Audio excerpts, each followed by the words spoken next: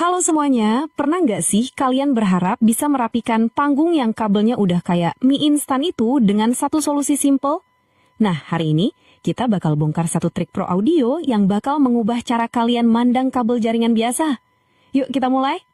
Kedengarannya kayak sulap ya. Coba bayangin deh, 4 mikrofon atau 4 instrumen, semuanya jalan mulus cuma lewat satu kabel jaringan yang tipis itu. Iya, kabel yang sama buat internet di rumah. Gimana caranya coba? Jawabannya ternyata simple banget. Kuncinya itu ya ada di adaptor-adaptor kecil ini. Mereka inilah pahlawan tanpa tanda jasa yang ngejembatanin dunia audio profesional dengan konektor XLR-nya ke dunia jaringan dengan kabel Ethernet yang ada di mana-mana. Oke, ini bagian yang paling penting, biar nggak salah paham. Ini bukan alat digital sama sekali. Nggak ada konversi sinyal, nggak ada processing, dan ini jelas bukan perangkat jaringan. Anggap aja ini adaptor kabel bodoh yang kerjanya cuma minjam 8 kabel di dalam kabel Ethernet buat ngirimin sinyal audio analog murni. Sesimpel itu.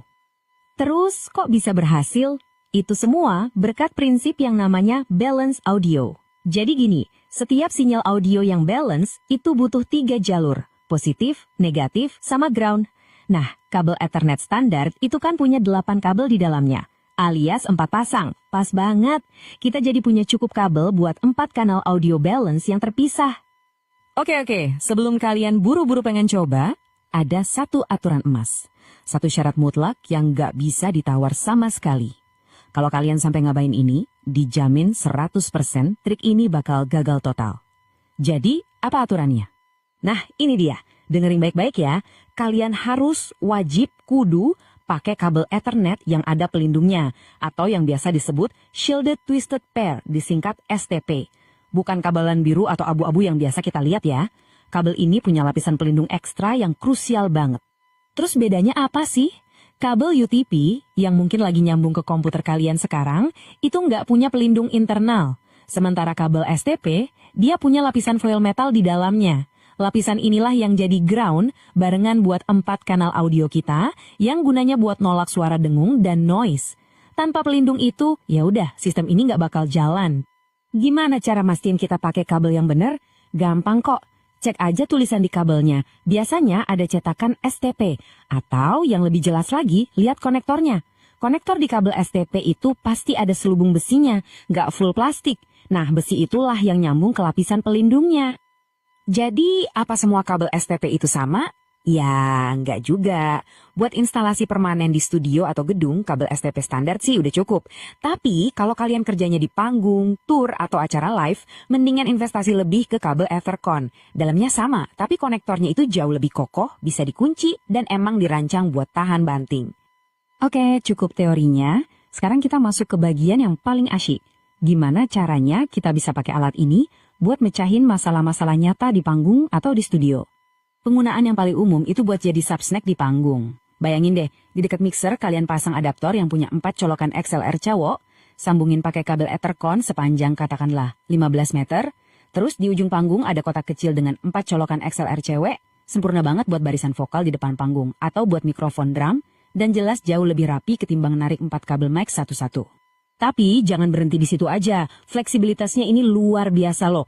Kalian bisa pakai buat ngirim sinyal ke speaker utama, nyambungin transmitter buat in-ear monitor musisi, atau bahkan pakai yang versi 5 pin buat ngirim sinyal DMX buat ngontrol lampu panggung.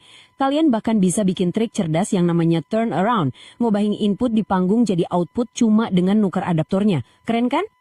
Jadi kenapa sih solusi yang kelihatannya sederhana ini justru andal banget? Yuk kita intip sedikit dapurannya, biar paham kenapa alat ini bener-bener talk chair. Nah ini dia rahasia keandalannya, karena di dalamnya itu gak ada apa-apa. Beneran ini cuma sambungan kabel lurus aja, pin 1 ke pin 1, pin 2 ke pin 2, dan seterusnya. Justru karena sesimpel ini, hampir gak ada celah buat rusak.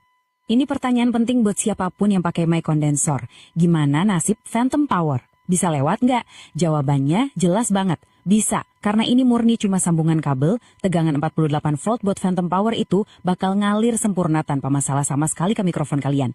Aman. Nah, ini ada satu tips penting dari ahlinya. Jangan pernah jadiin warna kabel sebagai patokan buat nyocokin channel, karena warnanya bisa ganti-ganti. Selalu percaya sama angka yang dicetak di dekat konektor XLR-nya.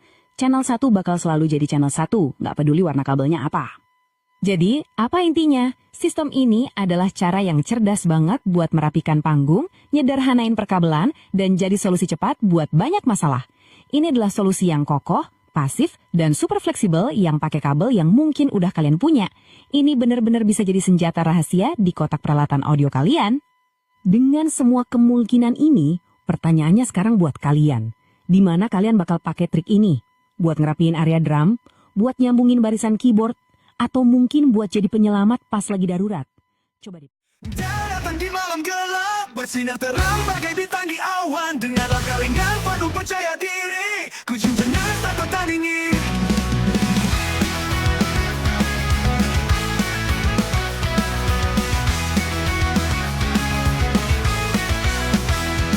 Pintar baca peta, tahu semua jalan, bisa kode rahasia tak pernah salah tempat. Dia lincah tak kenal takut, super cat dia selalu tangguh. Super cat